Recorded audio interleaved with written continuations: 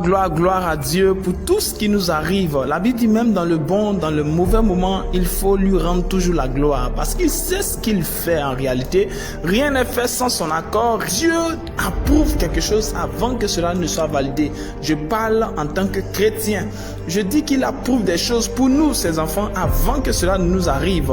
Mais pour le païen, il y a des choses qui lui arrivent. Quand Dieu veut bénir un enfant de Dieu, il lui permet d'avoir une rencontre. Cette rencontre change sa destinée parce qu'en fait, le contenu de cette rencontre est comme quelque chose qui vient en réponse aux problèmes ou bien aux requêtes de cette personne. J'aimerais dire à quelqu'un, si le Seigneur organise à travers ses serviteurs aujourd'hui des programmes, c'est dans le but de nous bénir. Ce n'est pas dans son intérêt en fait.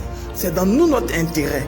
Et c'est un privilège pour nous de connaître les secrets du royaume. La Bible nous dit dans Jean chapitre 8 verset 32, vous connaîtrez la vérité. Comprenez bien aimé. Donc sans la connaissance de la vérité, même si tu as la vérité ou même si on a la vérité, la délivrance ou du moins ça, l'affranchissement n'est pas réel. Il dit vous connaîtrez la vérité. Donc numéro 1, il faut d'abord avoir la vérité, mais numéro 2, la connaître. C'est très important. Ne vous arrêtez jamais au simple fait de posséder la vérité. Ne vous arrêtez jamais au simple fait d'avoir, disons, avec vous la Bible.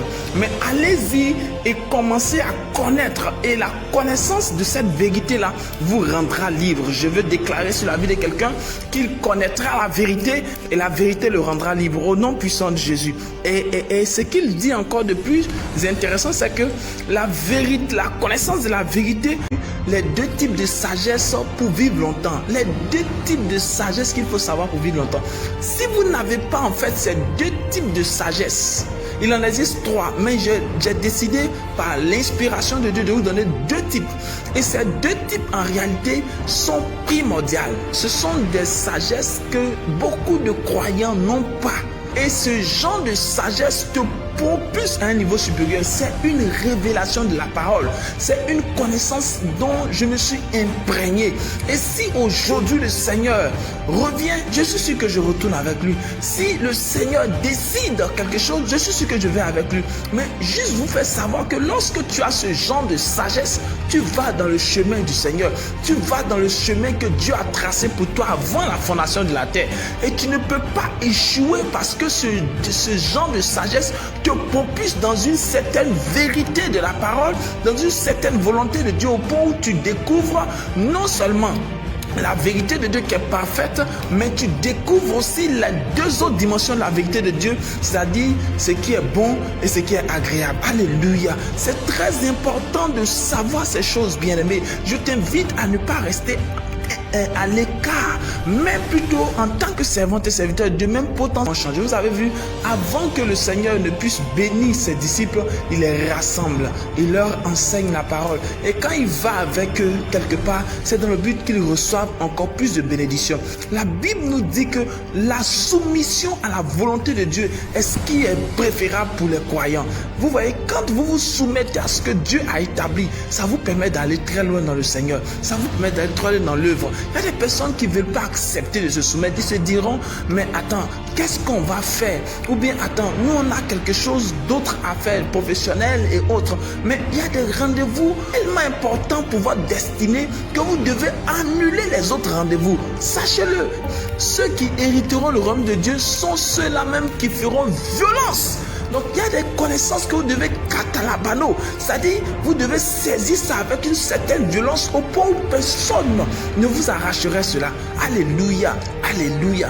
J'ai appris que l'une des manières de maintenir la graine, la semence de Dieu en nous, c'est de la saisir avec violence.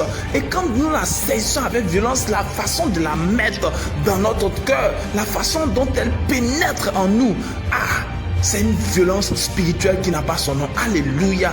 J'aimerais inviter quelqu'un à recevoir de Dieu en ce temps même. Au nom puissant de Jésus, je t'invite maintenant à lever tes mains de là où tu es et à dire gloire à Dieu parce que je serai à ce programme. Fais comme ce gars, cette femme. Elle a dit aujourd'hui, si je ne touche pas les pans de la robe de ce gars-là, je ne pourrai pas guérir. Elle a forcé jusqu'à toucher les pans de sa robe. Mais la Bible dit le jour où elle a touché ça, elle a été totalement transformée. Elle était totalement guérie. Je veux dire à quelqu'un, la violence spirituelle, elle t'emmènera à ta destinée, elle t'emmènera à la rencontre de ta Shekinah, elle t'emmènera à la rencontre du grand que tu es à l'intérieur de toi, mais qui ne t'est pas encore révélé.